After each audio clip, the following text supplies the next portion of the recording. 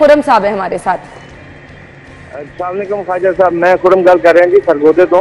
ताड़ा बहुत अच्छा एग्जाम सरगोदा से कॉल आई है जी, थोड़ी सी आवाज बढ़ा दें प्लीज।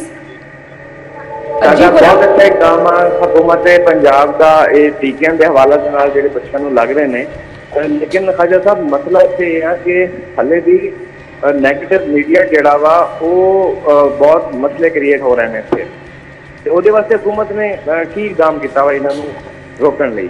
जी बहुत शुक्रिया खुरम साहब, आपने बड़ी खूबसूरत बात की और यही चीज़ मैं अभी अर्ज़ कर रहा था कि जब ये कैंपेन शुरू हुई है ना, तो हमने 15 से 27 सितंबर तक हमने 80 लाख बच्चियों को इस वैक्सीनेशन का टारगेट रखा था।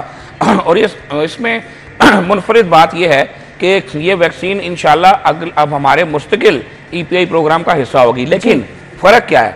फ़र्क ये है कि अब हम जब ये कैंपेन कंप्लीट कर लेंगे, 80 लाख बच्चियों को लगा देंगे, तो उसके बाद सिर्फ 9 साल की उम्र की बच्ची को ये लगेगी। ठीक है, फिर ये 10, 11, 12, 13, 14 साल वाली को अवेलेबल नहीं होगी। 9 साल में ये, ठीक है ना? तो ये गोल्डन चांस था। लेकिन अनफॉर्चुनेटली कुछ डिजिटल क्वैक्स ने, कुछ पॉलिटिकल फिलोसफर्स ने अपनी सिर्फ ज़ाती अना की तस्कीन के लिए, अपनी पार्टी के मुफाद के लिए, जिसमें हालांकि मुफाद भी नहीं है उनका, वो समझ रहे हैं कि इसमें उनका मुफाद है, लेकिन वो बड़े बेवकूफ़ हैं। कौम की बच्ची अगर नहीं बचेगी तो आपका नुकसान है, फ़ायदा नहीं है।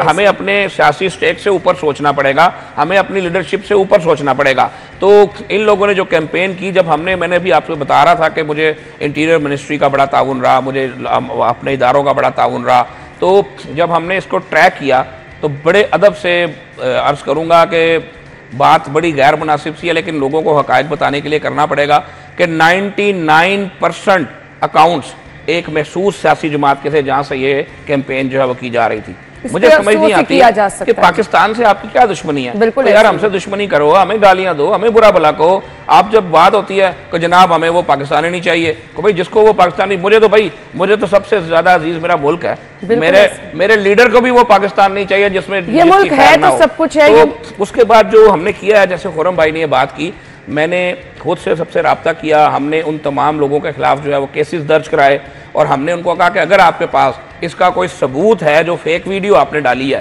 तो फिर आप बात करें। आप कहते हैं ना कि ये बांझपन कर देती है, तो आए बैठे साबित करें। अगर ये कर देती है तो हम माफी मांग लेंगे कौम से, और अगर ये नहीं करती तो फिर तुम्हारी ऐसी की तैसी। उसके बाद हमने तमाम मुस्तनद जो डॉक्टर्स हैं उन तमाम के पैनलिस्ट के इंटरव्यूज रिकॉर्ड किए और हमने लोगों को बताया कि ये 147 ममालिक बेशमूल सऊदी अरब, जी बिल्कुल, ये सऊदी अरब में भी लगाई जाती है और 147 ममालिक इसको लगा चुके हैं और अब हम पाकिस्तान में इसको बड़ी मुश्किल से लेकर आए हैं। तो हमने इनका हर जगह डट के मुकाबला किया, जिसका नतीजा ये है कि अल्हम्दुलिल्लाह सुम्मा अल्हम्दुलिल्लाह इस वक्त ये तकरीबन 33 लाख से जायद बच्चियों को आज की डेट तक अल्हम्दुलिल्लाह लग चुकी है। जी नज़ीर साहब सवाल कीजिए।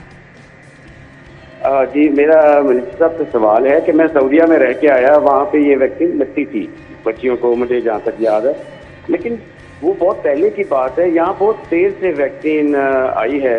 क्या यहाँ ये बीमारी बहुत ज़्यादा फैल गई है या बहुत ज़्यादा औरतें बीमार हो रही हैं इसलिए हम ये कर रहे हैं, या क्या वजह है? मैं बस ये पूछना चाह रहा हूँ। जी बहुत शुक्रिया।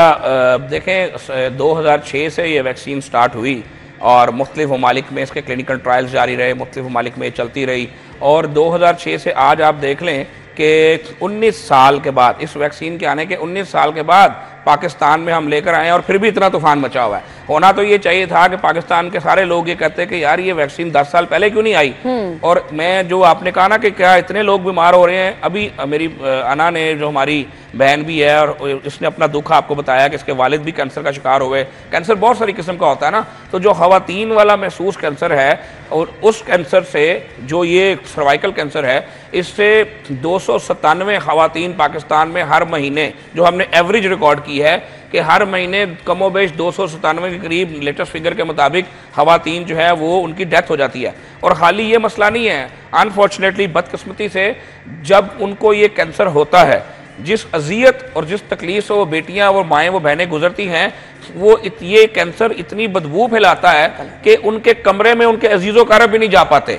तो आप अंदाज़ा करें कि वो क्या तकलीफ होगी, खुदा ना खास्ता जिसको ये हो गया हो। और अगर उसको बचाने के लिए आज हुकूमत ने एक इंतज़ाम किया है और हम उसके लिए कोशा हैं।